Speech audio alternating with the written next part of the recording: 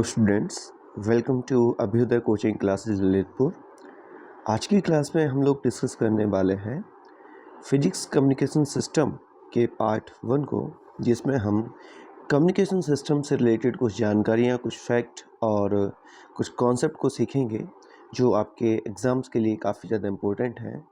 तो स्टार्ट करते हैं इस वीडियो को। सबसे पहले समझते हैं कि ये जो टर्म है कम्युनिकेशन, इस टर्म का मतलब क्या होता है। ठीक है, तो जो टर्म है कम्युनिकेशन, इसका मतलब होता है transmitting, receiving end processing of information bye electronic means. यानी जो भी हमारा इंफॉर्मेशन है, जो भी सूचना है, उसको एक जगह से दूसरी जगह भेजना या उसको रिसीव करना या उसको प्रोसेस करना, किसके थ्रू?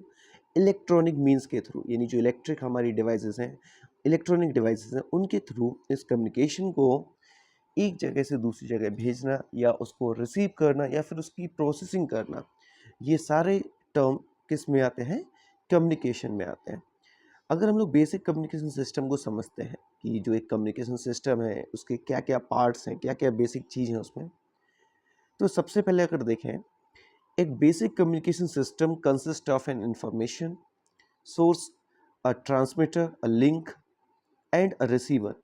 तो अगर हमारा कम्युनिकेशन सिस्टम देखें तो एक कम्युनिकेशन सिस्टम में हमें क्या क्या मिलेगा? तो एक कम्युनिकेशन सिस्टम में हमें क्या मिलता है? एक इंफॉर्मेशन सोर्स चाहिए। क्या चाहिए? सोर्स। यानी जो एक जो हमारी सूचना उसका स्रोत होना चाहिए, मतलब आप जो इन्फॉर्मेशन है वो कैसे भेजोगे, ठीक है, सोर्स क्या होगा उसका। अब उस सोर्स को भेजने के लिए हमें क्या चाहिए? एक ट्रांसमीटर चाहिए जो उस इंफॉर्मेशन को भेजेगा। तो पहले तो इंफॉर्मेशन सोर्स हो गया, जहाँ से हमें इंफॉर्मेशन चाहिए है, जहाँ से हमें इंफॉर्मेशन लेनी है, इंफॉर्मेशन कलेक्ट करनी है। अब उस इंफॉर्मेशन को हमें भेजने के लिए क्या चाहिए? एक ट्रांसमीटर चाहिए। अब ट्रांसमीटर के बाद हमें एक लिंक चाहिए। जैसे मान लो कि हमारे पास एक कंप्यूटर है, कंप्यूटर क्या कर रहा है? हमारा ट्रांसमीटर का काम कर रहा है। लेकिन अगर हमें कंप्यूटर से कोई मेल, कोई मैसेज भेजना है, तो हमें इंटरनेट चाहिए। तो यहाँ पे इंटरनेट किसका काम करेगा? इंटरनेट चैनल या फिर कह सकते हैं लिंक का काम कौन करेगा यहाँ पे? आपका यहाँ पे इंटरनेट करेगा। अगर इंटरनेट नहीं होगा तो आप एक कंप्यूटर से दूसरे कंप्यूटर तक इंफॉर्मेशन को नहीं भेज पाओगे। और रिसीवर क्या हो सकता है? कोई दूसरा कंप्यूटर हो सकता है या कोई दूसरा मोबाइल फ़ोन हो सकता है, फैक्स वगैरह, जो भी जिस पर भी हम अपने मैसेज को डिलीवर करना चाहते हैं। तो यहाँ पर हम लोग देखें तो मेन जो चीज़ें हैं वो क्या है हमारे पास? एक तो हमारे पास सोर्स ऑफ इंफॉर्मेशन होना चाहिए, ठीक है। एक हमारे पास ट्रांसमीटर जो इस इंफॉर्मेशन को सेंड करेगा। एक लिंक या चैनल चाहिए जिसके थ्रू इस इंफॉर्मेशन को सेंड किया जाएगा, ठीक है, ट्रांसमीटर और रिसीवर के बीच। रिसीवर क्या करेगा? उस इंफॉर्मेशन को रिसीव करेगा और फिर हमें मिल जाएगा अपना आउटपुट सिग्नल, ठीक है। तो इस तरीके से हमारा एक बेसिक कम्युनिकेशन सिस्टम काम करता है।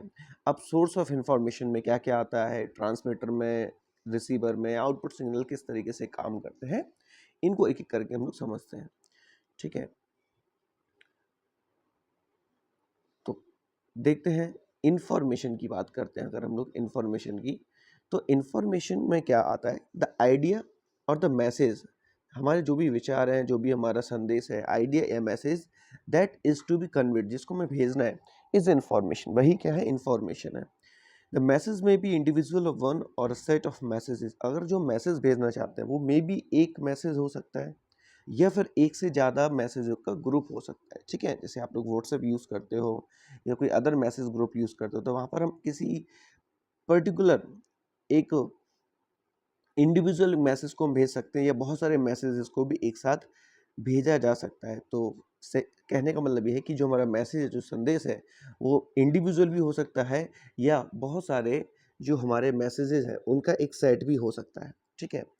इसके बाद बात करते हैं हम लोग, the message may be a symbol, code, group of words और एनी प्री डिसाइड यूनिट। अब मैसेज में कुछ भी हो सकता है। मैसेज में एक सिंबल हो सकता है, कोई कोड हो सकता है, या ग्रुप ऑफ वर्ड हो सकता है, या फिर प्री डिसाइडेड कोई यूनिट हो सकती है। तो मैसेज किसी भी तरीके का हो सकता है। आज के समय में बहुत सारे मैसेजिंग ऐप आते हैं और आप सभी लोग मैसेजिंग ऐप यूज़ करते हैं, तो आप देखते होंगे कि हम लोग बहुत कई तरीके के मैसेज को एक जगह से दूसरी जगह तक ट्रांसफ़र करते हैं, ठीक है। तो ये हो गया हमारा इंफॉर्मेशन वाला पार्ट। अब अगर हम देखें दूसरा, इंफॉर्मेशन के बाद अभी हमने आपको क्या बताया, इंफॉर्मेशन के बाद आता है ट्रांसमीटर, ठीक है। तो ट्रांसमीटर में हमें क्या मिलेगा? तो इन रेडियो ट्रांसमिशन, अगर रेडियो ट्रांसमिशन की बात करें द ट्रांसमिटर कंसिस्ट ऑफ, जो ट्रांसमीटर है इसमें क्या क्या कंसिस्ट होते हैं, क्या क्या इसके पार्ट होते हैं। तो एक होता है ट्रांसड्यूसर, एक होता है मॉड्यूलेटर, एक होता है एम्पलीफायर, एक होता है ट्रांसमिटिंग एंटीना। ठीक है, एक ट्रांसड्यूसर हो गया, मॉड्यूलेटर हो गया, एम्पलीफायर हो गया एंड ट्रांसमिटिंग एक एंटीना हो गया। ठीक है, तो ये कुछ हमारे नीड होते हैं रेडियो ट्रांसमिशन के लिए। ठीक है, अब ट्रांसड्यूसर क्या होता है, ट्रांसड्यूसर में क्या क्या आता है, क्या करता है, क्या काम है इसका बेसिकली। तो अगर हम ट्रांसड्यूसर की बात करें तो ये बेसिकली क्या करता है, जो साउंड सिग्नल्स हैं इनको इलेक्ट्रिक सिग्नल में कन्वर्ट करता है। It convert sound signal into electric signal, यानी आपने जो भी बोला, जैसे आप माइक में बोलते हो तो आप जो भी बोल रहे हो तो वो साउंड सिग्नल है, वो साउंड है। ठीक है, उसको वो क्या कर देगा, इलेक्ट्रिक एनर्जी, इलेक्ट्रिक सिग्नल में कन्वर्ट कर देगा। ठीक है, क्या करेगा, साउंड सिग्नल जो आप बोल रहे हो उसको वो इलेक्ट्रिक सिग्नल में कन्वर्ट कर देगा। अब इसमें एक आएगा हमारा मॉड्यूलेटर। ठीक है, क्या आएगा, मॉड्यूलेटर आएगा। मॉड्यूलेटर क्या क्या करेगा, इस ऑडियो इलेक्ट्रिक सिग्नल को, जो साउंड सिग्नल को इलेक्ट्रिक सिग्नल में ट्रांसड्यूसर ने कन्वर्ट किया है, मॉड्यूलेटर क्या करेगा, इस ऑडियो इलेक्ट्रिक सिग्नल को, यानी इस वाले सिग्नल को, ये जो सिग्नल ऊपर कन्वर्ट हुआ है, इस सिग्नल को हाई फ्रीक्वेंसी रेडियो वेव के साथ मिक्स कर देगा। क्या कर देगा, जो हाई फ्रीक्वेंसी रेडियो वेव्स हैं उनके साथ मिक्स कर देगा, क्योंकि इनडायरेक्टली रेडियो वेव्स ही आपके मैसेज को एक जगह से दूसरी जगह लेके जाएंगे। ठीक है, बीच में और कोई मीडियम नहीं है यहाँ पे, तो मीडियम यहाँ पे लिंक जो रेडियो वेव ही है। अब होता है इसमें एक एम्पलीफायर। एम्पलीफायर क्या करेगा कि जो मॉड्यूलेटेड सिग्नल है, यानी जो ट्रांसड्यूसर ने इलेक्ट्रिक सिग्नल बनाया और जो मॉड्यूलेटर ने इलेक्ट्रिक सिग्नल को रेडियो वेव में कन्वर्ट कर दिया, एम्पलीफायर उसकी पावर को बढ़ा देगा, बूस्ट कर देगा उसके पावर को, कि आपका जो मैसेज है वो प्रॉपर फॉर्म में, और हम ये कह सकते हैं एक प्रॉपर एक्यूरेसी के साथ वो आपका डिलीवर हो। फिर एक होता है एंटीना। एंटीना क्या करेगा, एंटीना का काम है, एंटीना का काम क्या है, तो अगर हम एंटीना के काम को देखें तो एंटीना का जो बेसिक वर्क है वो क्या है, जो सिग्नल जो रेडिएट हुए स्पेस में, signal is radiate in the aid of an antenna, यानी जो हम लोगों ने यहाँ पे इलेक्ट्रिक सिग्नल बनाया, इलेक्ट्रिक सिग्नल से रेडियो वेव्स को मिक्स किया, यहाँ से एम्पलीफायर को मॉड्यूलेटेड किया, अब इसको भेजेंगे कैसे। तो अपने देखा है कि एंटीना जो होते हैं, बड़े बड़े एंटीना होते हैं जो लगे हुए होते हैं, ये सिग्नल को स्पेस में भेज देते हैं। यानी अब हम ये कह सकते हैं कि आपका जो साउंड सिग्नल है वो एक रेडियो वेव के फॉर्म में एंटीना के थ्रू क्या हो गया, आपका स्पेस में चला गया। ठीक है, अब जहाँ पे रिसीवर होंगे तो वो उसको क्या करेंगे, रिसीव करेंगे। बस ट्रांसमीटर का काम सिग्नल को सेंड करना। ठीक है, इसमें सिग्नल, जैसे आपकी फ़ोन, जैसे आप देखते हो टावर लगे होते हैं, एक तरीके से एंटीना है। ठीक है, ये क्या करते हैं, ये सिग्नल को क्या करते हैं, भेजते हैं, और आपका फ़ोन क्या करता है, उस सिग्नल को कैच करता है। ठीक है, आपने देखा होगा जहाँ टावर नहीं होते वहाँ पे हमें काफ़ी ज़्यादा समस्या आती है। ठीक है, इसके बाद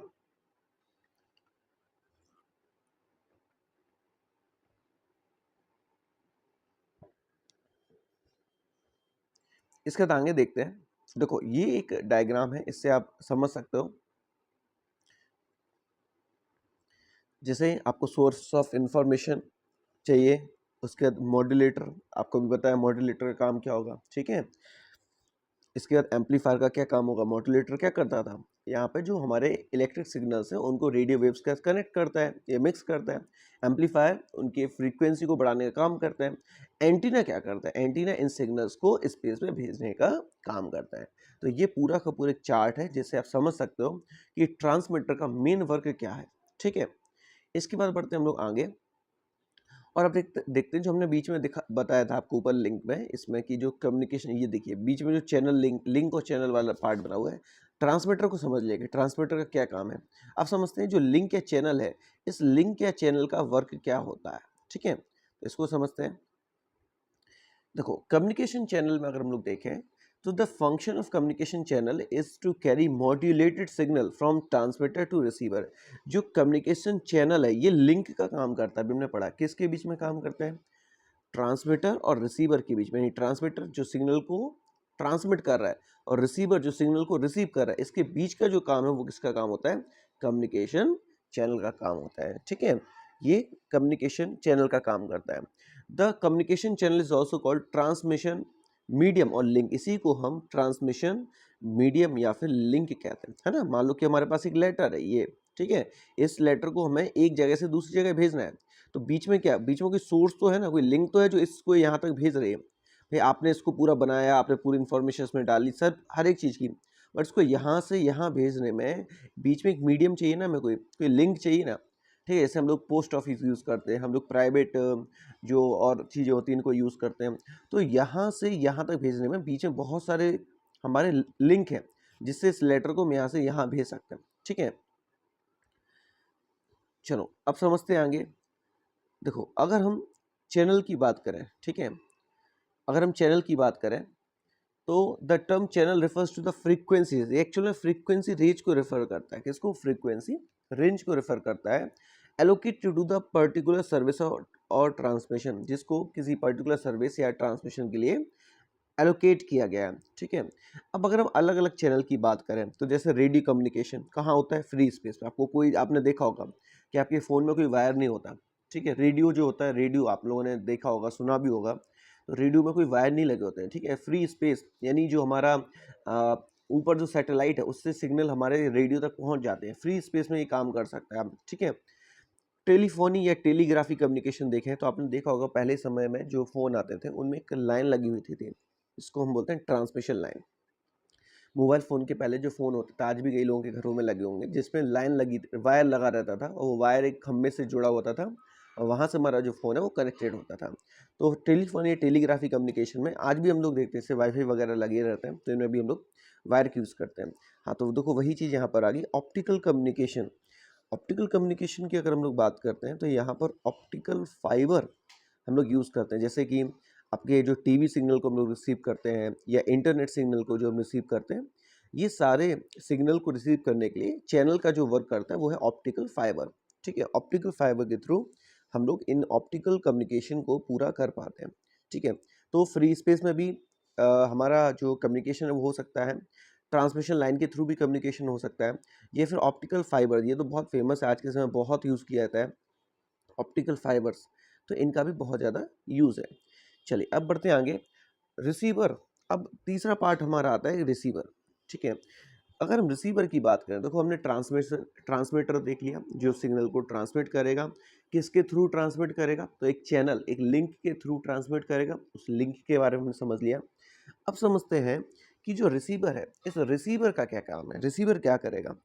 तो रिसीवर में क्या क्या चीज़ें होती है पहले इसको देखते हैं। तो रिसीवर में आता है सबसे पहले पिकअप एंटीना।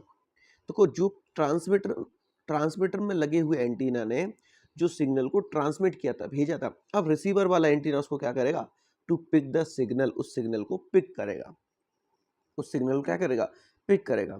फिर आता है आपका डीमॉड्यूलेटर। डीमॉड्यूलेटर क्या करेगा, डीमॉड्यूलेटर आपका क्या करेगा, जैसे मॉड्यूलेटर ने क्या किया था, जो हमारे ऑडियो सिग्नल थे इलेक्ट्रॉनिक, उसमें रेडियो वेव्स को मिक्स कर दिया था, मॉड्यूलेट कर दिया था, ठीक है। देखो यहाँ पर हम देख सकते हैं, यहाँ पर ट्रांसमीटर वाला देखो, यहाँ पर मॉड्यूलेटर ये था ना, ऑडियो इलेक्ट्रिक सिग्नल को हाई फ्रीक्वेंसी रेडियो वेव के साथ क्या कर दिया गया था, यहाँ पर मिक्स कर दिया गया था, है ना। अब ये क्या करेगा, डीमॉड्यूलेटर उसको अलग अलग कर देगा, ठीक है। डीमॉड्यूलेटर क्या करेगा, डीमॉड्यूलेटर उस ऑडियो सिग्नल को मॉड्यूलेटेड सिग्नल से सेपरेट कर देगा, तभी नाम है डीमॉड्यूलेटर, डी मतलब जो अलग कर रहे हैं, ठीक है। अब एम्पलीफायर, एम्पलीफायर फिर से क्या करेगा, उस सिग्नल्स को, जो सिग्नल्स रिसीव हुए हैं, उन वीक ऑडियो सिग्नल को फिर से बूस्ट अप करेगा, इससे आपको प्रॉपर एक जैसी आवाज़ जो है वो सुनाई दे, ये जो भी मैसेज है आपको क्लियरली समझ में आए, ठीक है। तो यहाँ पर भी एक एम्पलीफायर लगा हुआ होता है, और लास्ट में यहाँ पर भी एक ट्रांसड्यूसर होता है, जिसका काम क्या है, to convert back audio signal in the form of electric pulses into sound waves, है ना। ये हमने आपको समझाया था कि वहाँ पे ट्रांसड्यूसर क्या कर रहा था, ऑडियो सिग्नल को इलेक्ट्रिक सिग्नल में कन्वर्ट कर रहा था, ठीक है। सॉरी, ऑडियो के नहीं, किसको, साउंड सिग्नल्स को इलेक्ट्रॉनिक ऑडियो सिग्नल में कन्वर्ट कर रहा था। ये ट्रांसड्यूसर क्या करेगा, ये ऑडियो सिग्नल को वापस से साउंड वेव में कन्वर्ट कर देगा, जिससे हम मैसेज को क्लियरली सुन सकते हैं।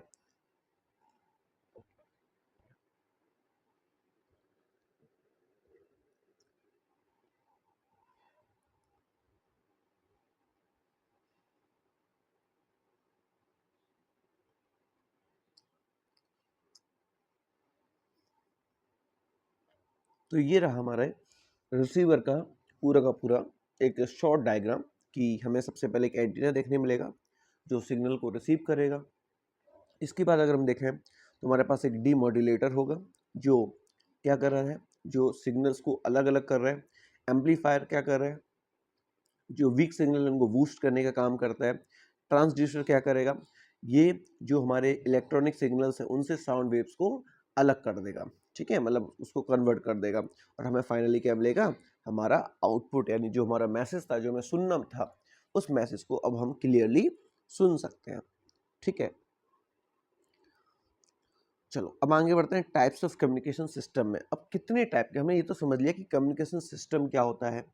कम्युनिकेशन सिस्टम की जो बेसिक पार्ट है, जैसे ट्रांसमीटर, चैनल या लिंक और रिसीवर, ये सारी चीज़ों के बारे में हमने डिटेल में समझ लिया, किसके कौन से पार्ट्स होते हैं, किस पार्ट का क्या काम होता है, ये सारी चीज़ें हम लोगों ने डिटेल में समझ ली। अब समझते हैं कि जो टाइप्स ऑफ कम्युनिकेशन सिस्टम है ये क्या होता है, कितने टाइप का कम्युनिकेशन सिस्टम हमारा हो सकता है, तो इसको हम लोग देखते हैं, ठीक है। तो communication system can be classified according to the nature of information और मोड ऑफ ट्रांसमिशन और टाइप ऑफ ट्रांसमिशन चैनल। देखो जो कम्युनिकेशन सिस्टम है इसको क्लासिफाई किया गया है बेसिकली नेचर ऑफ इंफॉर्मेशन, कि इंफॉर्मेशन का नेचर क्या है। आप समझ रहे हो, इंफॉर्मेशन का नेचर क्या है, यानी किस टाइप की इंफॉर्मेशन को हमें सेंड करना है, किस टाइप की इंफॉर्मेशन को हमें भेजना है, या फिर जो हमारा मोड ऑफ ट्रांसमिशन है, कि हमें चीज़ों को किस तरीके से ट्रांसमिट करना है, क्या मोड रहने वाला है, किस चीज़ को हम किस मोड के थ्रू हम मैसेज को ट्रांसमिट करने वाले हैं, या फिर हम कह सकते हैं जो टाइप ऑफ ट्रांसमिशन चैनल, जो हम ट्रांसमिशन चैनल या लिंक यूज़ कर रहे हैं वो क्या है, ठीक है, वो किस तरीके की है।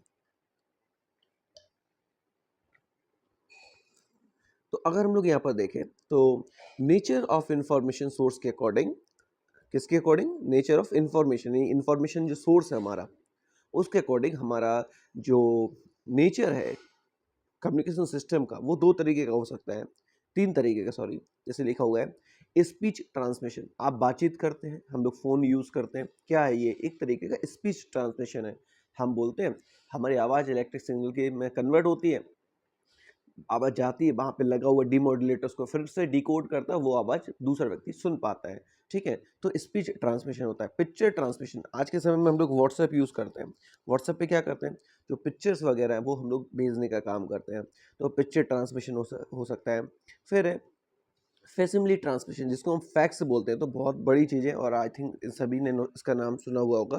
तो इसमें क्या होता है, this involve exact reproduction of a document और picture while which are static. जैसे मान लो हम लोगों को एक फ़ोटो भेजना है, ठीक है, किसी दूसरे को, तो उसको फैक्स के थ्रू भेजेंगे, जैसे प्रिंटर जैसा कुछ, फैक्स जो है वो कुछ प्रिंटर जैसा होता है, हम जो इन्फॉर्मेशन भेजेंगे यहाँ से एज इट इज़ वहाँ पर वही इन्फॉर्मेशन वहाँ पे निकल के आ जाएगी। ये एक तरीके से समझ लो कि फ़ोटो कॉपी होगी हमारे इन्फॉर्मेशन की थ्रू द फैक्स।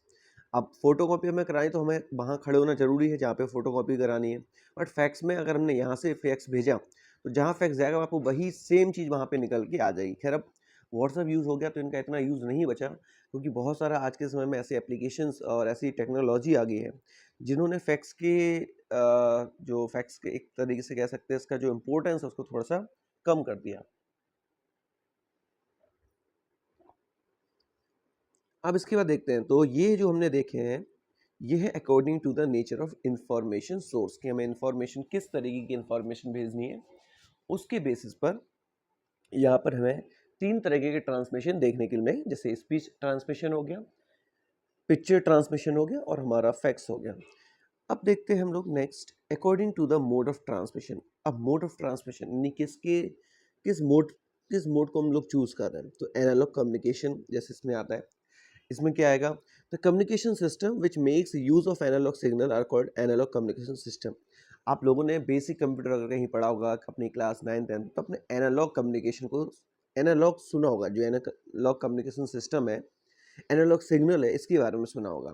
तो जहाँ पर ऐसा कम्युनिकेशन जिसमें हम एनालॉग सिग्नल यूज़ करते हैं उनको हम एनालॉग कम्युनिकेशन सिस्टम की कैटेगरी में रखते हैं। जैसे देखो ये है आपका एनालॉग कम्युनिकेशन सिस्टम, ठीक है। अगर इसमें हम लोग बात करें, जैसे एक तो हो गया हमारे पास टेलीग्राफी। टेलीग्राफी भी मैंने आपको बताया था कि जो मैसेज है वो कोड्स के फॉर्म में भेजे जाते हैं, message in the form of codes are sent, ठीक है। टेलीग्राफी में जो टेलीविज़न, हम लोग जो टीवी देखते हैं, जो टीवी की ब्रॉडकास्टिंग होती है, इसमें हम लोग दोनों चीज़ें देख पाते हैं ना, ऑडियो विजुअल दोनों हम देख पाते हैं, यानी पिक्चर भी देख पाते हैं और साउंड को भी हम सेंड कर सकते हैं टेलीविज़न ब्रॉडकास्टिंग में, ठीक है। टेलीफोनी में क्या होता है, इसमें केवल वॉइस सिग्नल जाता है। मैंने आपको बताया कि जैसे पहले जो फ़ोन होते थे जो वायर में, जिसमें वायर लगे होते थे, खम्भे से वायर जुड़े हुए होते थे, उसमें आप वीडियो कॉल नहीं कर सकते थे, है ना। उसमें केवल आप नंबर डायल करके उस पर 0 से लेके 9 तक जो नंबर होते थे हैज स्टार करके, तो वो नंबर के थ्रू हम केवल किसी दूसरे को कनेक्ट करके ऑडियो सिग्नल्स को, यानी अपनी वॉइस के थ्रू, अपने वॉइस के थ्रू सिग्नल्स को भेज सकते थे, यानी अपनी आवाज़ को भेज सकते थे और या उनकी आवाज़ को सुन सकते थे, ठीक है। यहाँ पे मोड क्या था, वायर था, वायर को हम लोग यूज़ करते थे वहाँ पर। फिर रडार आया, ठीक है। रडार आया, इसमें क्या हो गया, रेडियो डिटेक्शन होने लगा, यानी हम लोग जो आज के समय मोबाइल फ़ोन यूज़ करते हैं, इनमें हम लोग इन्हीं सिग्नल्स का यूज़ करते हैं, ठीक है। इसका मतलब होता है radio detection and ranging. Radar की फुल फॉर्म क्या है, रेडियो डिटेक्शन एंड रेंजिंग। इसका यूज़ किया जाता है distance, it is use for determining the distance and direction of object using microwave. Microwave का यूज़ करके हम लोग इसमें किसी ऑब्जेक्ट की डिस्टेंस या डायरेक्शन को डिटरमाइन कर सकते हैं, ठीक है। रडार ये बहुत इंपॉर्टेंट, आज के समय में इसका बहुत इंपॉर्टेंस है रडार का, ठीक है। इवन हमारे जो सिक्योरिटी डिपार्टमेंट्स हमारे जो होते हैं, ठीक है, वो लोग भी इनका यूज़ करते हैं। टेली प्रिंटिंग, टेली प्रिंटिंग की बात करते हैं तो message can be typed and telegraphed to distance. से पहले टेलीग्राफ चलते थे, आज के समय आपने सुना होगा एक ऐप आता है टेली ग्राम करके, ठीक है। तो उसका एक ये डिजिटल वर्जन ही समझ लीजिए आप लोग, ठीक है। तो यहाँ पर जो मैसेज थे उनको हम टाइप कर सकते हैं और टेलीग्राफ कर सकते हैं डिस्टेंस रिसीवर, जो लोग दूर बैठे हुए हैं उनके पास तक इस इंफॉर्मेशन को हम लोग क्या कर सकते हैं, भेज सकते हैं, ठीक है। इसके बाद चलते हैं आगे। दूसरा आता है डिजिटल कम्युनिकेशन। तो इस सिस्टम में जो डिजिटल सिग्नल है, तो एक तो हम लोगों ने एनालॉग सिग्नल को समझ लिया कि एनालॉग सिग्नल के थ्रू भी हम इंफॉर्मेशन को सेंड कर सकते हैं। कैसे कैसे कर सकते हैं, तो हम लोगों ने यहाँ पे कुछ, जैसे अगर टेलीग्राफी यूज़ कर रहे हैं, टेलीविज़न ब्रॉडकास्टिंग यूज़ कर रहे हैं, टेलीफोनी यूज़ कर रहे हैं, रडार कर रहे हैं या फिर टेली प्रिंटिंग कर रहे हैं, उसके अकॉर्डिंग हमारे क्या क्या स्पेसिफिकेशन होने चाहिए, ये सारी चीज़ें हम लोगों ने देख ली। अब आता है हमारा डिजिटल कम्युनिकेशन, ठीक है। तो अगर हम डिजिटल कम्युनिकेशन की बात करें तो in the system digital signals are used. यहाँ पे हम लोग डिजिटल सिग्नल्स को क्या करते हैं, यूज़ करते हैं, ठीक है। यहाँ पे कौन से सिग्नल यूज़ होते हैं, डिजिटल सिग्नल यूज़ होते हैं। इसके बाद अगर हम लोग बात करें कि कुछ हमारे कम्युनिकेशन सिस्टम में कुछ डिजिटल कम्युनिकेशन सिस्टम को अगर हम लोग देखें तो इसमें जैसे कि लिखा है फैक्स। अभी हमने फैक्स की बात की है, ठीक है। तो फैक्स क्या करता है, it involves exact reproduction of a document और पिक्चर विच आर स्टैटिक। तो हमने क्या बोला कि मान लो कि एक पिक्चर स्टैटिक है, बस वो रुकी हुई होनी चाहिए, ऐसा नहीं कि वो वीडियो भेज दे, आप समझ रहे हो। वीडियो नहीं भेज सकता, ये क्या कर सकता कि कोई मान लो आपकी पिक्चर है या कोई और फोटो है या कोई डॉक्यूमेंट है, उसको स्कैन करके अगर हम कहीं भेजेंगे तो वो जहाँ पे भेजेंगे वहाँ पे एज इट इज़ उसकी कॉपी निकल के आ जाएगी, है ना। आज के समय में मैंने आपको बताया जैसे मेल आ गया, जीमेल आ गया, व्हाट्सएप आ गया, बहुत सारे एप्लीकेशन ऐसे आ गए जिससे हम इजीली मैसेज को एक जगह से दूसरी जगह एफिशिएंटली और कम कॉस्ट में भेज सकते हैं। तो इसलिए फैक्स का उतना इस्तेमाल नहीं रहा, इसलिए आपको फैक्स आजकल देखने को बहुत कम मिलता है, बहुत रेयर मिलता है, क्योंकि आजकल बहुत सारे एप्लीकेशन आ गए हैं जो इन सारे कामों को करने लगे हैं। दूसरा मोबाइल फ़ोन। मोबाइल फ़ोन क्या करता है, such telephones are also called cellular phone. इनको हम सेल्यूलर फ़ोन भी कहते हैं because they operate with in a network of radio cells. तो देखो जहाँ जैसा कहीं अगर आसपास कहीं टावर नहीं होगा तो आपका मोबाइल फ़ोन काम नहीं करेगा। तो मोबाइल फ़ोन केवल वहीं काम करता है जहाँ पे रेडियो सेल्स का एक नेटवर्क है। अगर नेटवर्क नहीं होगा तो मोबाइल फ़ोन कोई मैसेज को सेंड या किसी कॉल को सेंड या रिसीव नहीं कर सकता, है ना। तो दो चीज़ें हम लोगों ने यहाँ पे देख ली। इसके बाद देखें तीसरा, ईमेल की बात करें अगर हम लोग, तो ईमेल में क्या देखने मिलता है हमें, the message sent via computer network are called email. Electronic mail इसको हम बोलते हैं। तो ऐसे मैसेज जो कंप्यूटर के थ्रू भेजे जाते हैं उनको हम इलेक्ट्रॉनिक मेल कहते हैं। तो ईमेल के लिए हम कह सकते हैं हमारा स्पेसिफिकेशन क्या है, ईमेल भेजने के लिए हमें कंप्यूटर चाहिए, ठीक है। मोबाइल फ़ोन से अगर मैं कोई चीज़ करना है तो हमें सिग्नल्स चाहिए। फैक्स के लिए मैं जो फैक्स लाइन वगैरह होती है उनको हमें चाहिए, है ना। इसके बाद होता है टेली कॉन्फ्रेंसिंग। टेली कॉन्फ्रेंसिंग को अगर हम देखें, टेली कॉन्फ्रेंसिंग में क्या होता है, तो it is a system in which person sitting at colour television screen इस सिस्टम में क्या होता है, जो पर्सन है जो कि कलर टेलीविजन स्क्रीन पे बैठा हुआ है, see and talk to each other via computer communication network. इसको हम शॉर्ट में आज के समय में कह सकते हैं क्या, क्या बोल सकते हैं इसको, वीडियो कॉलिंग, है ना। क्या बोल सकते हैं, वीडियो कॉलिंग, कि हम लोग दो लोग बैठे हुए हैं एक स्क्रीन पर और हम एक दूसरे से बातें उनको देख के कर पा रहे हैं, हम दूसरे को देख के बातें बता पा रहे हैं अपनी, और उसकी बातों को हम प्रत्यक्ष रूप से देख पा रहे हैं, ठीक है, टीवी पर या किसी कंप्यूटर स्क्रीन पर। इसके बाद आता है हमारा कम्युनिकेशन सैटेलाइट। कम्युनिकेशन सैटेलाइट की बात करें तो यहाँ पर क्या होगा, कम्युनिकेशन सैटेलाइट में use to delay relay radio and television programmes. Communication satellite के थ्रू हम जो रेडियो प्रोग्राम्स हैं, जो आप टीवी वगैरह देखते हो, जैसे आपके घर पे छतरी होती है, छत पे वो लगी होती है ना, जो सेट टॉप बॉक्स की छतरी होती है, या आप अगर कोई डिक्स का कनेक्शन लिए हो तो उनके यहाँ भी छतरी लगी हुई होती हैं। तो कम्युनिकेशन सैटेलाइट्स होती हैं जो इन इंफॉर्मेशंस को, या हम ये कह सकते हैं जो हमारे प्रोग्राम्स हैं, टीवी प्रोग्राम्स है, जो रेडियो प्रोग्राम्स हैं, उनकी ब्रॉडकास्टिंग करते हैं, ठीक है। तो कम्युनिकेशन सैटेलाइट के थ्रू ये सारी चीज़ें हम लोग घर बैठे देख पाते हैं। आई होप आपको ये जो सिस्टम्स हमारे आते हैं डिजिटल सिग्नल में, उनके क्या क्या स्पेसिफिकेशन होते हैं, ये आपको क्लियर हुए होंगे। अब हम लोग समझते हैं अपने आगे की चीज को, जैसे देखिए according to the transmission channel. अब अभी हम लोगों ने दो टाइप देख लिए। एक हमने देखा है यहाँ पर according to the mode of transmission में हम लोगों ने इंफॉर्मेशन सोर्स वाला देख लिया, ठीक है। इंफॉर्मेशन सोर्स में किस तरीके के टाइप्स ऑफ कम्युनिकेशन ट्रांसमिशन होते हैं। इसके बाद हम लोगों ने मोड ऑफ ट्रांसमिशन के बेस पर कम्युनिकेशन को समझा, जिसमें हमने एनालॉग और डिजिटल दो टाइप का कम्युनिकेशन देखा। इसके बाद अब हम तीसरा समझने जा रहे हैं ट्रांसमिशन चैनल के थ्रू। तो एक तो होता है लाइन कम्युनिकेशन, एक होता है स्पेस कम्युनिकेशन। यानी एक तो कम्युनिकेशन ऐसा है जिसको अगर हमें एक जगह से दूसरी जगह भेजना है या कम्युनिकेशन करना है तो हमें किसी लाइन की जरूरत चाहिए। लाइन में बहुत सारी चीज़ें आ जाएंगी। या फिर होता है स्पेस कम्युनिकेशन जिसमें सिग्नल्स वगैरह हम लोग यूज़ कर लेते हैं, ठीक है। जैसे आपने देखो, हमने आप टेलीफोन का एग्जांपल दिया, वो लाइन कम्युनिकेशन है, ठीक है। अगर आपकी लाइन कहीं से कट जाएगी तो फिर आप कम्युनिकेशन नहीं कर पाएंगे। स्पेस कम्युनिकेशन, मोबाइल फ़ोन सबसे अच्छा एग्जांपल है। स्पेस आप कहीं भी खड़े होके, अगर बस सिग्नल हुआ वहाँ, तो कहीं भी खड़े होके क्या कर सकते हो, आराम से आप अपना कम्युनिकेशन कर सकते हो, ठीक है।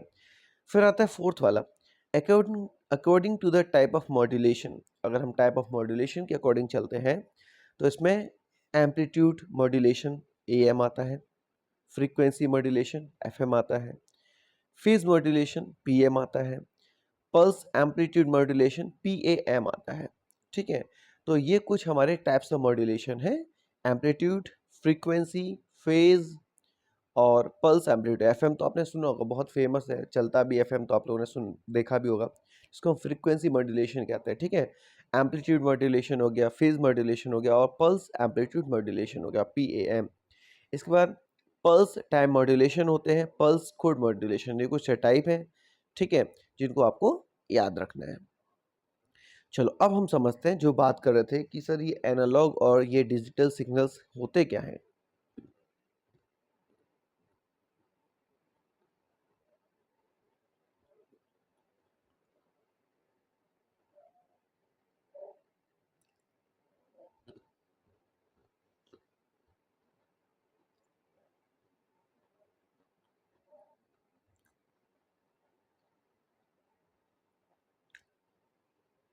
तो समझते हैं एनालॉग एंड डिजिटल सिग्नल्स को, कि जो एनालॉग या डिजिटल सिग्नल्स हैं क्या होते हैं। तो बात करें अगर इनकी, तो इन कम्युनिकेशन सिस्टम में a signal means a time varying electrical signal containing information.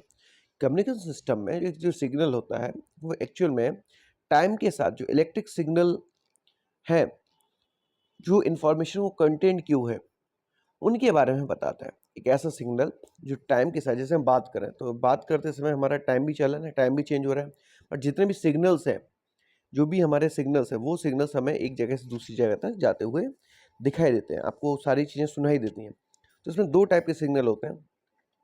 Analogue signal, तो it is a continuous wave from which changes smoothly over time.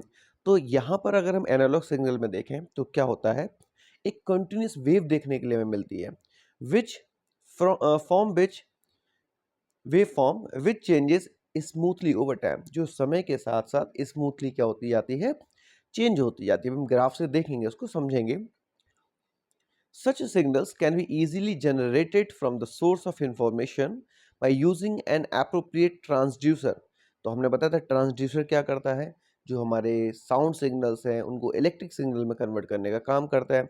तो ऐसे सिग्नल्स को हम इजीली सोर्स ऑफ इंफॉर्मेशन के थ्रू एक proper एक सही ट्रांसड्यूसर की हेल्प से इसको जनरेट कर सकते हैं। जैसे कि pressure variation in sound waves can be converted into corresponding current of voltage pulse with the help of a microphone. Microphone क्या करते हैं, साउंड एनर्जी को क्या करते हैं, ये लोग करंट या वोल्टेज में कन्वर्ट कर देते हैं, इलेक्ट्रिक एनर्जी में कन्वर्ट कर देते हैं। ठीक है, कैसे, तो जो हम बोलते हैं तो जो प्रेशर वेव्स होती हैं, जो प्रेशर वेरिएशन होता है साउंड वेव्स का, इससे माइक्रोफोन क्या करता है, उनको वोल्टेज पल्स में या करंट पल्स में क्या कर देता है, कन्वर्ट कर देता है। ठीक है, तो आप लोगों ने सुना हुआ होगा इसके माइक्रोफोन के बारे में, जो आपने क्लास 11th में एनर्जी वगैरह पढ़ा होगा वहां पर। इसके बाद आता है A simple analog signal is represented by a sine wave। आपने साइन वेव देखी होगी, एसी करंट में देखी होगी, देखो इस तरीके से। तो ये है, ये जो आपका जो आपका एनालॉग सिग्नल है वो कुछ इस तरीके से काम करता है, एक साइन वेव की तरह रहता है।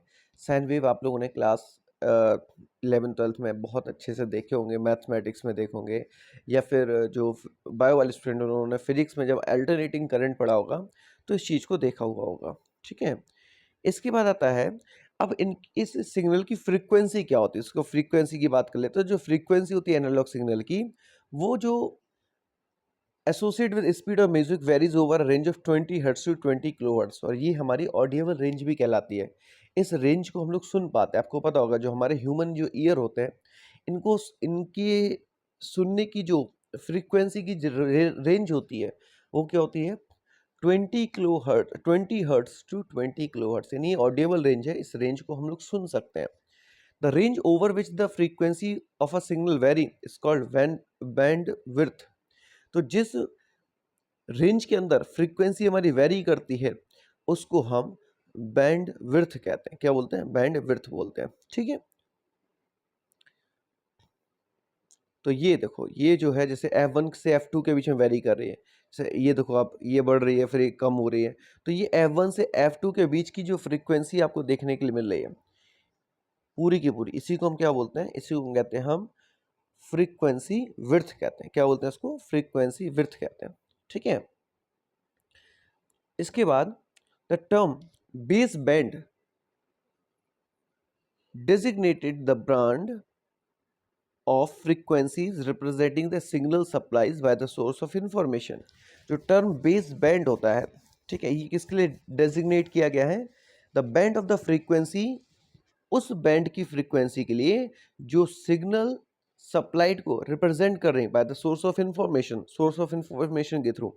ठीक है, a signal consists of two or more waves of different frequencies is known as a complex analog signal। अब मान लो यहाँ पर एक कोई ऐसा सिग्नल है इसमें दो या दो से ज़्यादा वेव्स हैं और जिनकी अलग अलग फ्रीक्वेंसी है, इसको हम कॉम्प्लेक्स एनालॉग सिग्नल कहते हैं। देखो मान लो एक आपको ऊपर दिख रहा है, ठीक है, एक ये मान लो एक वेव ये है साउंड की, ठीक है, एक साउंड वेव ही है, एक ही है, लेकिन जब ये मिलेंगे ना तो कुछ देखो इस तरीके का कुछ आपको देखने के लिए मिलेगा।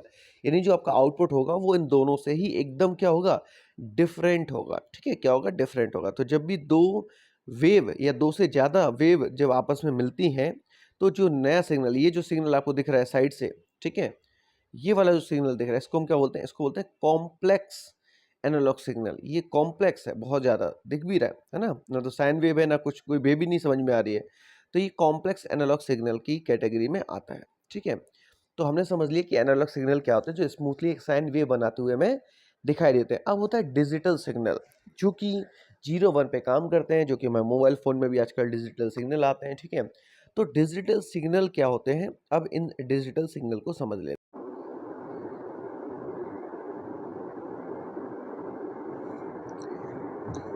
अब बात करते हैं हम लोग डिजिटल सिग्नल की। डिजिटल सिग्नल बेसिकली क्या है? A digital signal is a discontinuous function of time. ये एक ऐसा फंक्शन है जो समय के साथ डिसकंटिन्यूअस, यानी हमेशा आपको वेव बनती हुई या हमेशा आपको सिग्नल दिखाई नहीं देंगे। It has only 2 voltage level, इसमें केवल 2 वोल्टेज लेवल होते हैं, या तो वो 0 होगा या फिर वो 1 होगा। 0 को हम बोलते हैं लो और 1 को बोलते हैं हाई। अब जो 0 और 1 है, ये जो 0 और 1 है, इसको हम क्या कहते हैं? बिट कहते हैं। इसको हम क्या कहते हैं? बिट कहते हैं। A group of bit is called bite.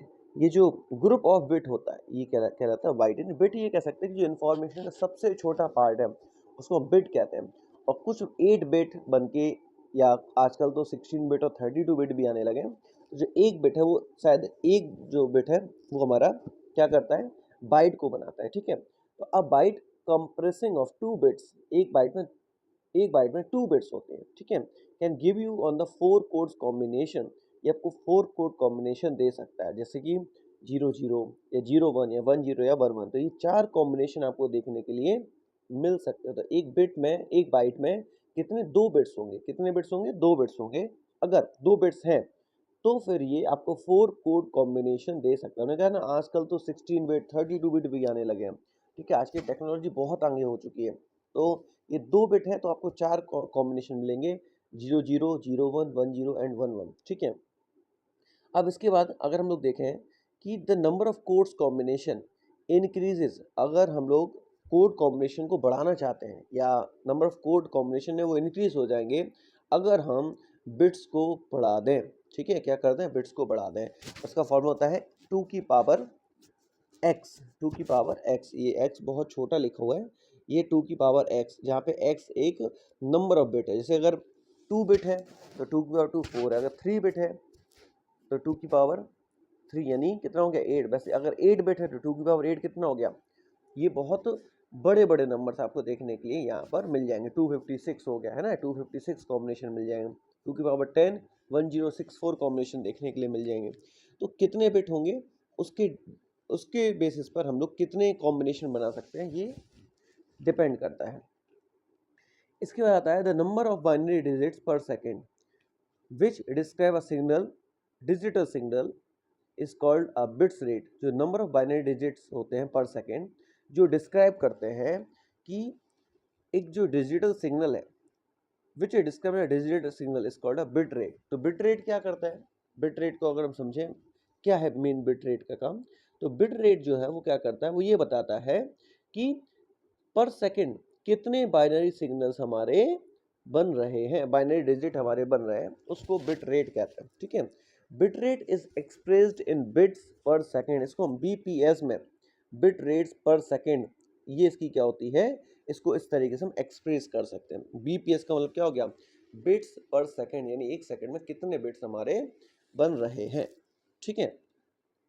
तो ये हो गया। देखो, ये है डिजिटल सिग्नल, इसको आप देख सकते हो, ये है डिजिटल सिग्नल। यहाँ पर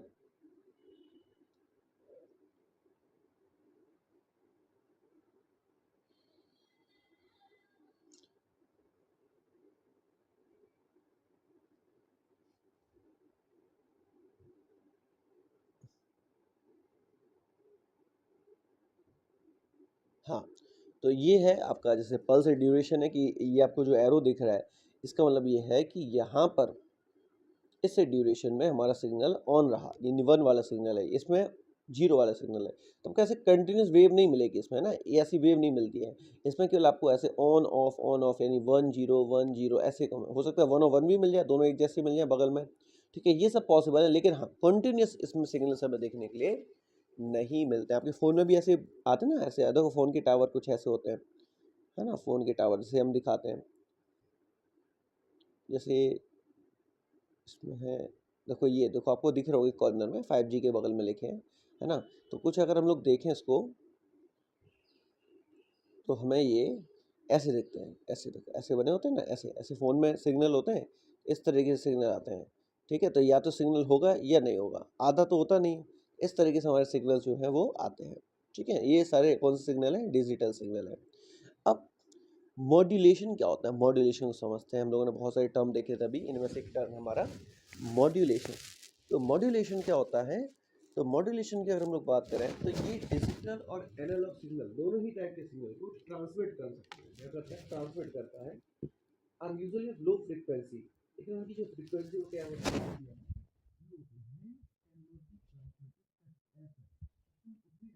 नहीं कर सकते, ट्रांसमिट नहीं कर सकते। तो मॉड्यूलेशन में सबसे पहले अगर हम देखें, जो डिजिटल और एनालॉग सिग्नल है इनको हम प्रॉपर तरीके से ट्रांसमिट नहीं कर सकते। These signals require some carrier to be transported. कुछ हमें कैरियर चाहिए जो जिसके थ्रू इन सिग्नल्स को ट्रांसपोर्ट किया जाए। These carriers are known as carrier waves और high frequency signals. इन कैरियर्स को हम क्या बोलते हैं? इन कैरियर्स को हम कैरियर वेव या फिर हाई फ्रीक्वेंसी सिग्नल के नाम से जानते हैं।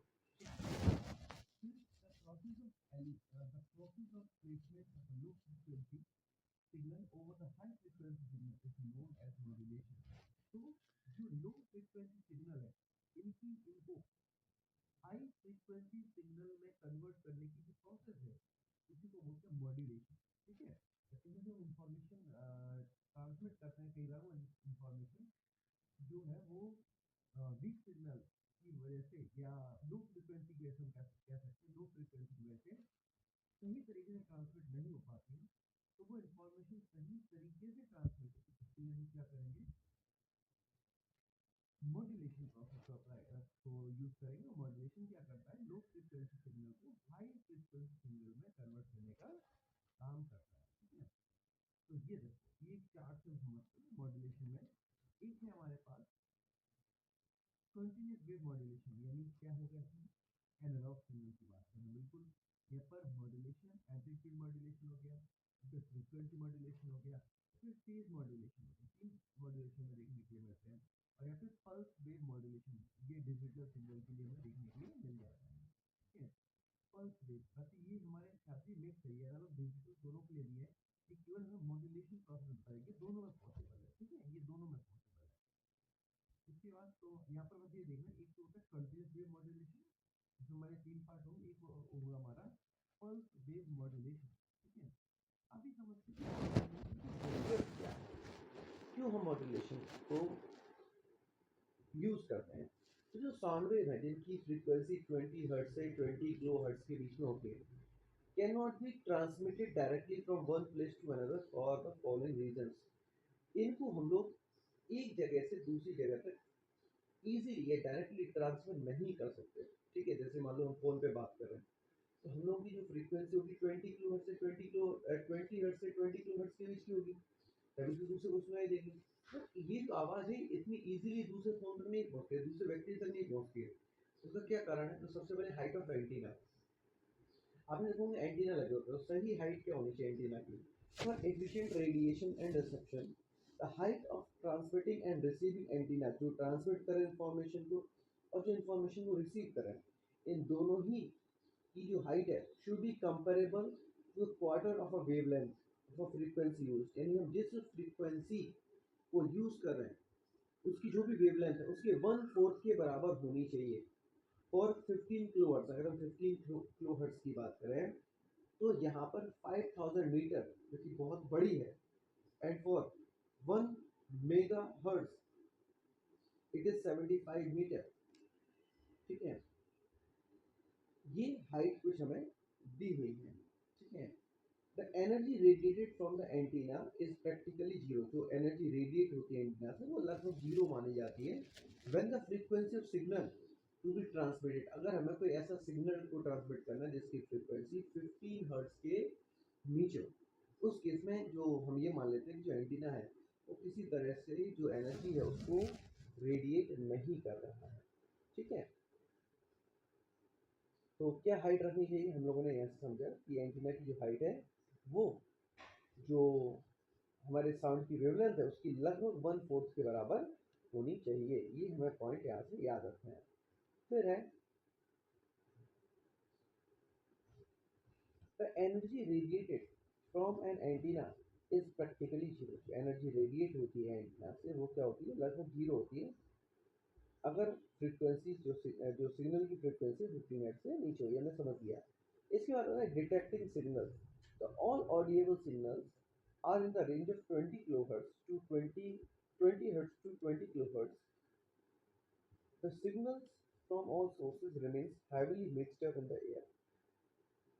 ऑडियो सिग्नल्स, वो सारे ऑडियो सिग्नल जो 20 हर्ट्ज से 20 किलो हर्ट्ज के बीच में हैं, ये बहुत ज़्यादा एयर मिक्स होता है। तो सोचो एक समय पे कितने हज़ार लोग, कितने लाखों लोग एक समय में फ़ोन पे बात करते हैं।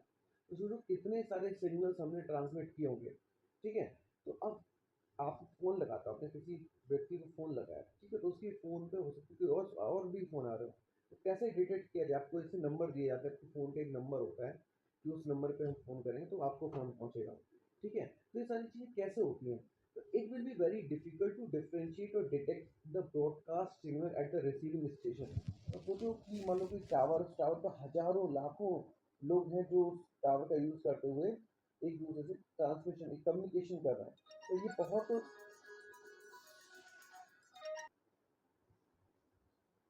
ये बहुत टफ होता है इस चीज़ को कि किस तरीके से वो जो सारे सिग्नल्स हैं उनको डिटेक्ट किया जाए, है ना?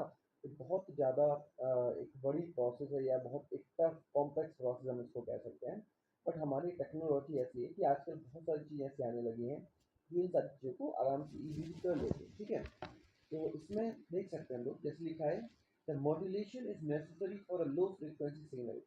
जो मॉड्यूलेशन है ये बहुत ज़रूरी होता है लो फ्रीक्वेंसी सिग्नल के लिए, ठीक है? Modulation is necessary for a low frequency signal. तो मॉड्यूलेशन में समझ लिया कि जो हमारे 20 हर्ट्ज से 20 किलो हर्ट्ज वाले साउंड वेव्स होती हैं, इनको ट्रांसमिट करना उतना ईजी नहीं होता, ठीक है? तो हमें क्या करना पड़ता है? मॉड्यूलेशन करना पड़ता है। इससे ये लो फ्रीक्वेंसी जो वेव है इनको हम हाई फ्रीक्वेंसी वेव या सिग्नल्स में कन्वर्ट कर सकते हैं। when it is to be sent to a distant place, जब इन सभी चीज़ों को बहुत लंबी दूरी पर भेजा जाता है, so that the information will not die, जिसे और जो information वो हमारी खत्म ना हो जाए, in the way itself as well as for the proper identification of signal and to keep the height of antenna small also। तो ये सारी चीज़ें हमारे पास चैलेंज क्या है? देखो पहली चीज़ कि जो हमें इंफॉर्मेशन जो हमें डिस्टेंस प्लेस तक भेजनी है, साथ में ये भी ध्यान रखना है कि जो हमारी इंफॉर्मेशन है वो डाइवर्ट ना हो, कहीं ख़त्म ना हो जाए। साथ में प्रॉपर आइडेंटिफिकेशन सिग्नल करनी, जो हम कहना चाह रहे हैं वही आवाज़ वही चीज़ वहाँ तक पहुँचे, ठीक है? और इसके साथ साथ जो एंटीना की जो हाइट्स है वो भी छोटी रहे, ठीक है? तो इसके लिए कुछ हम इस ऐसे डायग्राम को देखते हैं। देखो एक बार इस डायग्राम को समझते हैं। स्मॉल सिग्नल ओरिजिनल सिग्नल है, सोर्स ऑफ इंफॉर्मेशन है। ये बेस बैंड सिग्नल आपको बीच में दिख रहा है, फिर मॉड्यूलेटर है, सिग्नल को मॉड्यूलेट करेगा। और कैरियर वेव एक ऑसिलेटर है, ऑसिलेटर क्या करेगा? इसको सपोर्ट देगा, है ना? ऑसिलेटर क्या करेगा? इसको सपोर्ट देगा। अब ये जो मॉड्यूलेटेड वेव है ये हमारी आगे जाएंगी, ठीक है? तो ये हमारा क्या है? एम्पलीट्यूड मॉड्यूलेशन है, ए एम जिसको हम कहते हैं, ठीक है? तो ये मॉड्यूलेशन जो है हम इनडायरेक्टली ये यहाँ से अगर हम एक कंक्लूजन निकालें तो कंक्लूजन क्या निकाला है कि हमें अपने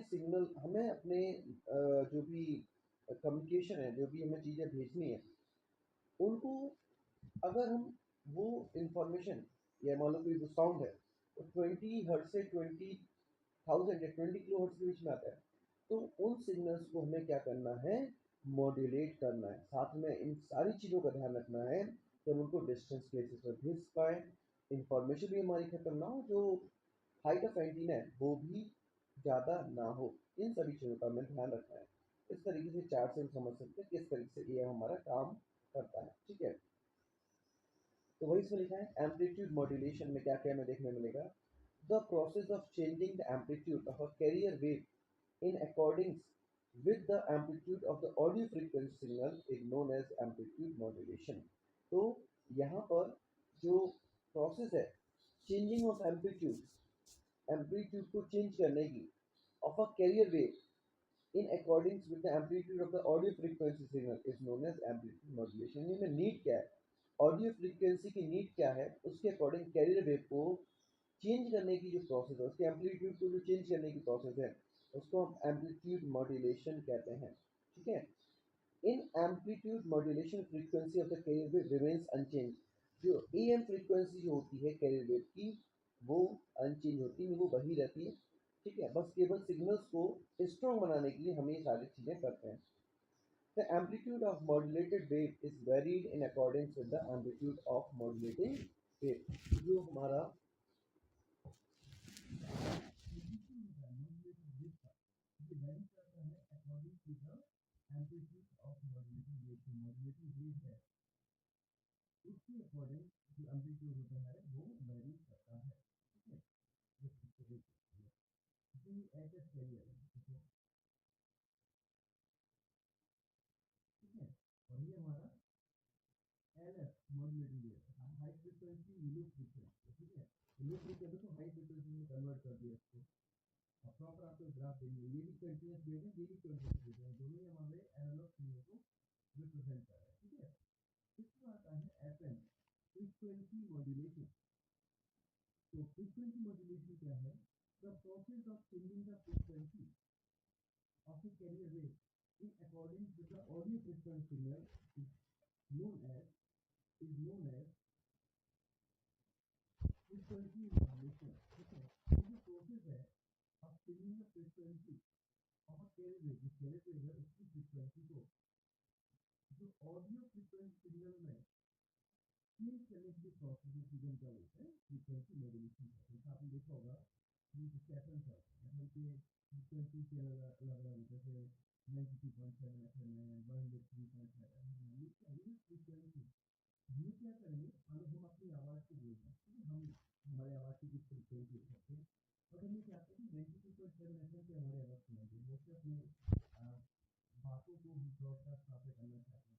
तो हमें अपने जो हमारा एफएम है, जो फ्रीक्वेंसी मॉड्यूलेशन, उसको एक्सरसाइज करना पड़ेगा कि 92 पॉइंट हमारी फ्रीक्वेंसी का क्या मतलब नहीं है, 92.7 की फ्रीक्वेंसी पर वो आवाज़ को क्या करें? कन्वर्ट कर दें। तो वहाँ पे जो रेडियो जो हमारे जो भी एफएम जो 92.7 से सेट होंगे वो उस आवाज़ को पकड़ पाएंगे। तो जहाँ से हमारी आवाज़ को ब्रॉडकास्ट किया जा रहा है उसकी फ्रीक्वेंसी 92.7 फिक्स कर दी। तो जैसे रेडियो 92.7 पे आएगा फिफ्टी परसेंट की आवाज़ इसको सुनाई देना चालू हो जाएगी, ठीक है। तो कैरियर वेव को ऑडियो फ्रीक्वेंसी सिग्नल्स में कन्वर्ट करने की, चेंज करने की प्रोसेस को फ्रीक्वेंसी मॉड्यूलेशन या एफएम कहते हैं। फिर आता है audio quality of am transmission square, हुआ, ठीक है। जो एम्पलीट्यूड मॉड्यूलेशन होता है उसमें ऑडियो क्वालिटी उतनी ज़्यादा अच्छी नहीं होती है, ऑडियो क्वालिटी काफ़ी ज़्यादा पुअर होती है। There are need to eliminate amplitude sensitive noise, हमें जरूरत होती है कि जो एम्पलीट्यूड सेंसिटिव नॉइज उसको एलिमिनेट किया जाए, खत्म किया जाए। एंड दिस इज पॉसिबल, ये तभी पॉसिबल है if we eliminate amplitude variation, अगर हम लोग एम्पलीट्यूड वेरिएशन को एलिमिनेट कर दें। That is need to keep the amplitude of the carrier constant, यानी जो कैरियर कांस्टेंट है उसका एम्पलीट्यूड बना रहे, बाकी जो हमारी नॉइज है, सेंसिटिव नॉइज वगैरह, इनको हम लोग एलिमिनेट करें, ठीक है। ये हमारी नीड होती है। This is precisely what we do in FM, और हम लोग एफएम में यही करते हैं। एफएम में सुना होगा गाने या कुछ नरेशन या जो आवाज़ आपको सुनाई देती है, कोई नॉइज वगैरह देखने के लिए नहीं मिलती, ठीक है। In FM, the overall amplitude of FM wave remains constant. FM में overall जो amplitude होता है FM wave का वो constant होता है। मतलब आप देखो इसका EC देखो amplitude दिख रहा है, EC carrier wave का है, ठीक है, ये कौन सी वेव? carrier wave। और देखो नीचे जो modulating wave आपको दिख रही है इसका amplitude थोड़ा सा कम हो गया, इसका amplitude सेम है, सॉरी इसका amplitude ज़्यादा है, इस चीज़ को ऑब्जर्व करो, इसका amplitude थोड़ा ज़्यादा है, इसका amplitude कम है, ठीक है। अगर हम लोग इसी चीज़ को एफएम में देखें तो देखो ये जो है ये क्या है आपका फ्रीक्वेंसी मॉड्यूलेशन, हाँ ये क्या फ्रीक्वेंसी मॉड्यूलेशन। इसमें हम ये देखें तो हमें जो मॉड्यूलेटिंग वेव है और ये कैरियर वेव है इनकी एम्पलीट्यूड लगभग एक जैसे देखने के लिए मिल जाते हैं, ठीक है। और बाकी ये क्या करता है जो नॉइज वगैरह उसको भी कैंसिल कर देता है। अब इसमें जो ब्रॉडकास्टिंग है तो हम देखते हैं ब्रॉडकास्टिंग किस तरह की ब्रॉडकास्टिंग हम इसमें कर सकते हैं एफएम में अगर हम देखें तो एक आता है हमारा एफएम रेडियो जो 88 से 108 मेगाहर्ट्ज पे काम करता है, ठीक है। यूएचएफ टीवी आती है ये, ठीक है, 47 से 230 पे काम करते हैं। यूएचएफ टीवी एक और दिया हुआ है तो 470 से 690 पे काम करता है। तो ये फ्रीक्वेंसी बैंड है, ये क्या है? ये सारे हमारे फ्रीक्वेंसी बैंड है, ठीक है, जो कि अलग अलग पर्पज के लिए यूज किए जाते हैं, ठीक है। चलो तो एक बार फटाफट हम लोग देख लेते हैं क्या क्या हम लोगों ने समझा यहाँ पर, ठीक है। तो आपका कम्युनिकेशन सिस्टम है, हमने कम्युनिकेशन को देख लिया कि कम्युनिकेशन हमारा क्या होता है, ठीक है। उसके बाद हमने बेसिक कम्युनिकेशन सिस्टम को समझ लिया कि बेसिक कम्युनिकेशन सिस्टम में क्या क्या पार्ट्स आते हैं, क्या काम है हमारे, सोर्स ऑफ इंफॉर्मेशन क्या है, ट्रांसमीटर क्या है, ठीक है, लिंक या चैनल क्या होता है। इससे हम लोगों ने देखा कि जो ट्रांसमीटर है, ट्रांसमीटर में क्या क्या पार्ट होता है, ट्रांसमीटर का क्या काम होता है, जिसमें हम लोगों ने ट्रांसमीटर के अंदर ट्रांसड्यूसर को, मॉड्यूलेटर को, एम्पलीफायर और एंटीना को समझा हमने यहाँ पर। इसके बाद हमने कुछ एक डायग्राम के थ्रू हम लोगों ने इसको पूरा एक समराइज करने का काम किया, कम्युनिकेशन चैनल को समझा, कम्युनिकेशन चैनल क्या होता है, ठीक है, इसके डिफरेंट टाइप्स ऑफ चैनल होते हैं, ठीक है, टाइप्स ऑफ कम्युनिकेशन में किस टाइप की कम्युनिकेशन में किस तरीके के चैनल या लिंक का हम लोग यूज़ करते हैं, इसको देखा। इसका रिसीवर को समझा कि रिसीवर में हमारे क्या क्या आते हैं, ठीक है। इसके बाद ये जो हमारा था रिसीवर वाला पूरा एक पार्ट था समझी, इसमें हमने टाइप्स ऑफ कम्युनिकेशन सिस्टम को समझा, जिसमें हम लोगों ने अलग अलग टाइप से अलग अलग इंफॉर्मेशन सोर्सेज के अकॉर्डिंग हमने कम्युनिकेशन को डिवाइड किया, जिसमें आपका according to the nature of information source है, स्पीच, पिक्चर और टेक्स्ट के बारे में हम लोगों ने देखा। मोड ऑफ ट्रांसमिशन हम लोग एनालॉग कम्युनिकेशन और डिजिटल कम्युनिकेशन को समझा, ठीक है। इसके बाद हमने ट्रांसमिशन चैनल के अकॉर्डिंग लाइन कम्युनिकेशन और स्पेस कम्युनिकेशन को भी हम लोगों ने यहाँ पर देखा है। And according to the type of modulation, type of modulation पर भी हम लोगों ने कई जैसे फ्रीक्वेंसी और एम्पलीट्यूड को काफ़ी ज़्यादा डिटेल में समझा है। अब हम लोग जब अपने नेक्स्ट पार्ट में मिलेंगे, तो जो हमारे और भी जो मॉड्यूलेशन है, फेज हो गया, पल्स हो गया, पल्स एम्पलीट्यूड हो गया, पल्स टाइम हो गया, पल्स कोड मॉड्यूलेशन हो गया, इन सारे मॉड्यूलेशन की डिटेल स्टडी को हम लोग अपने आने वाले नेक्स्ट लेक्चर में देखेंगे, ठीक है। तो आज की हम लोग इतने रखते हैं, मिलेंगे अगली क्लास में। Modulation is one of the most frequently used technical words in communications technology. One good example is that of your FM radio, where FM stands for frequency modulation. In this video, we are going to learn the basics of modulation techniques and see how they are applied in modern cellular and communications technology. Frequency and wavelength of a wave are inversely connected. Humans have the capability to hear sound frequency from 20 Hz to 20 kHz, but if a radio tower transmits electromagnetic waves of the same frequency, the size of the antennas required will be really high. In the antenna video, we have already seen that the size of the antenna is proportional to the wavelength. If we had transmitted the electromagnetic wave in the same frequency of sound, the antenna size required would have been in the range of kilometers. This is why we need modulation. Before the electromagnetic waves are transmitted, they should be modulated to a high-frequency signal. We can understand the way we modulate the signals with a simple analogy. Try throwing a piece of paper. It won't go far. Now tie it to a stone and throw it again. The second method is obviously more efficient than the first one. This is exactly how we do modulation. In place of a stone, modulation uses a high-frequency signal known as a carrier signal. As we know, any signal has three basic properties: amplitude, frequency, and phase.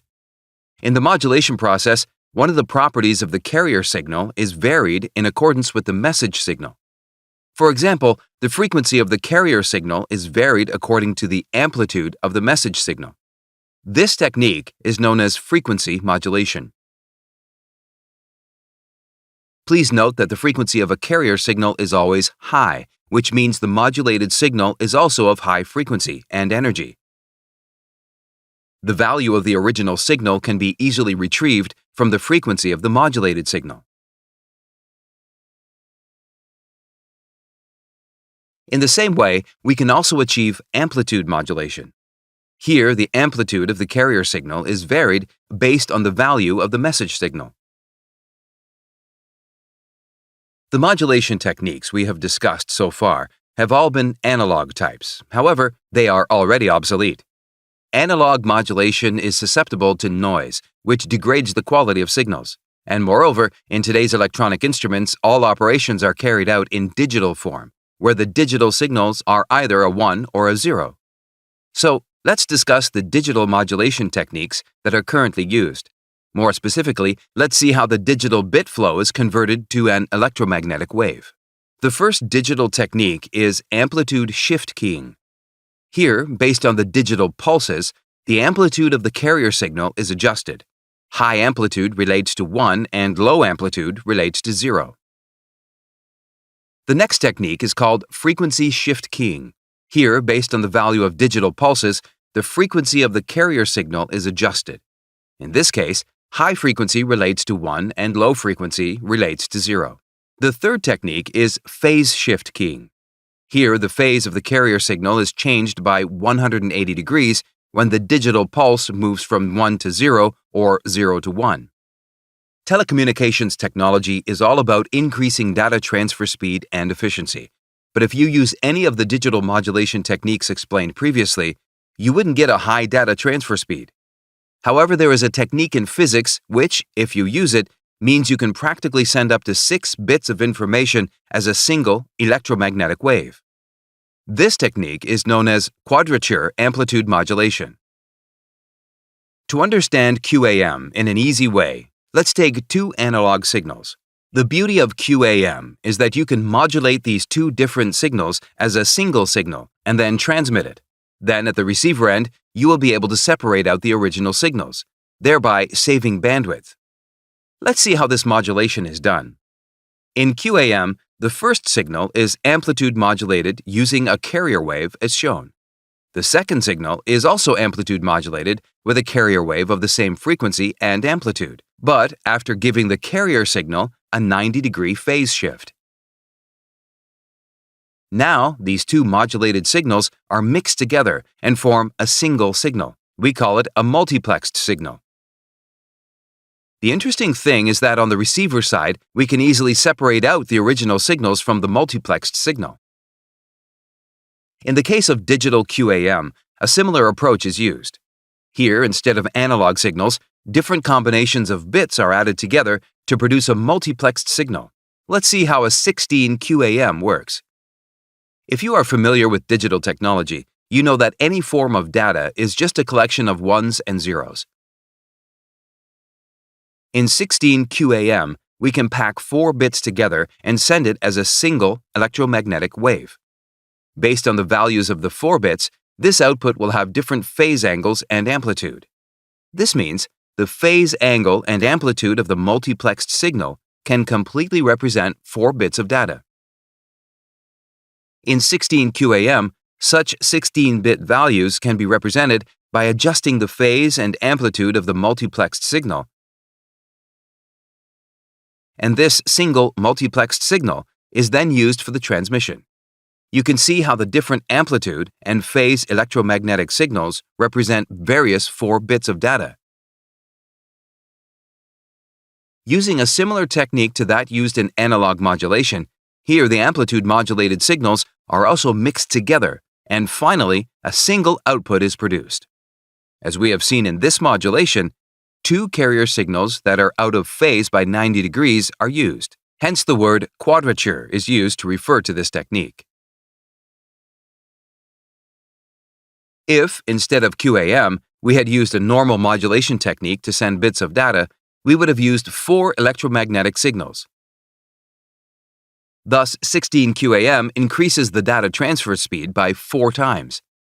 Scientists have even achieved 64 QAM, which is used in 4G communications. 64 QAM uses 6 bits of data at a time, thus making the data transfer speed 6 times faster compared to a normal modulation technique. The modulation techniques are not restricted to only cellular communication and FM radio, but also have applications in television broadcasting, Wi-Fi, optical fibers, etc. We hope this video has given you a clear understanding about the concepts of modulation. Thank you.